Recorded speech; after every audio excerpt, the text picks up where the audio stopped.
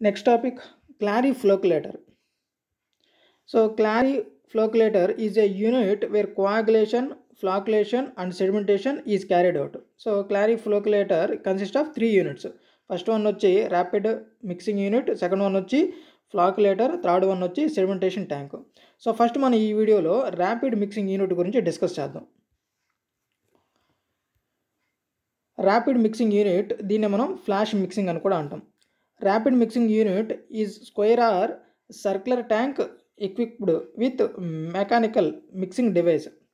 So ఇది circular అదేవిధంగా square ఆ షేప్లో ఆ ట్యాంక్ అనేది ఉంటుందన్నమాట ర్యాపిడ్ మిక్సింగ్ యూనిట్ అనేది. Design of rapid mixing unit based on detention time and velocity gradient. So detention time అదేవిధంగా వెలాసిటీ గ్రేడియంట్ని బేస్ చేసుకొని ఈ ర్యాపిడ్ మిక్సింగ్ యూనిట్ని మనం డిజైన్ చేస్తాం. సో ఫస్ట్ వన్ వచ్చి డిటెన్షన్ టైం. సో దీన్ని మనం సింపుల్గా డిటి అంటాం. So A detention time of 1 to 3 minutes is sufficient for blending coagulant in water. So మనకు ఈ డిటెన్షన్ టైం చూసుకుంటే 1 to 3 minutesలోనే ఆ వాటర్లో ఆ కోయాగులెంట్స్ని మనం మిక్స్ చేసేది అంటే బ్లెండింగ్ చేసేదానికి ఆ టైం అవుతుంది అనమాట. ఆ డిటెన్షన్ టైం వచ్చి 1 to 3 minutes. So volume of required mixer వచ్చి V = Q × dt.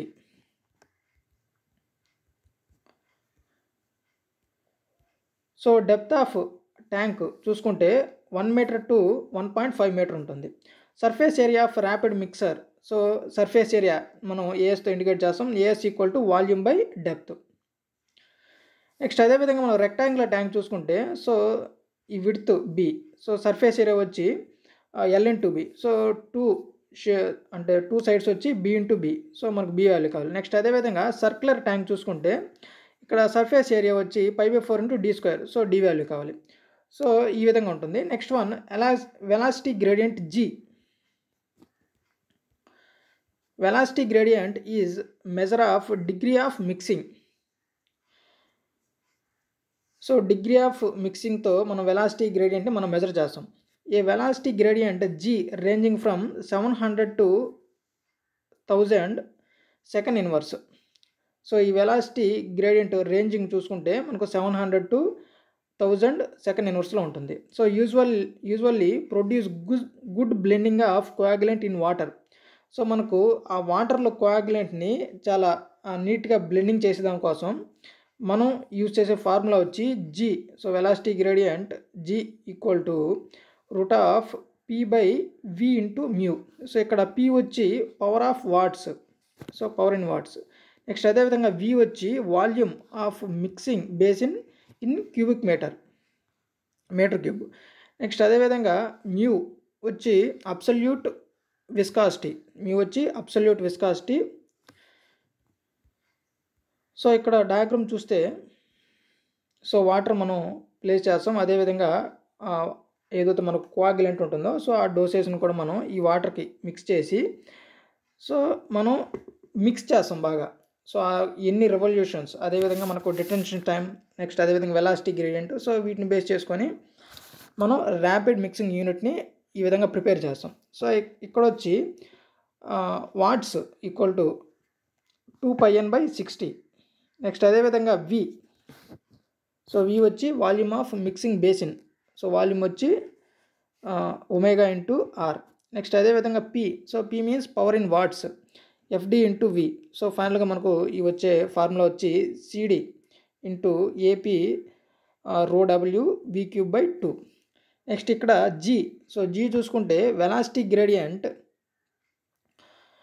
proportional to degree of mixing, proportional to turbulence, proportional to speed, proportional to. So మనకు వెలాసిటీ గ్రేడియంట్ అనేది ఇంక్రీజ్ అయ్యేకుంది డిగ్రీ ఆఫ్ మిక్సింగ్ కూడా increase అవుతుంది. అదేవిధంగా turbulence కూడా increase అవుతుంది. So speed కూడా increase అవుతుంది.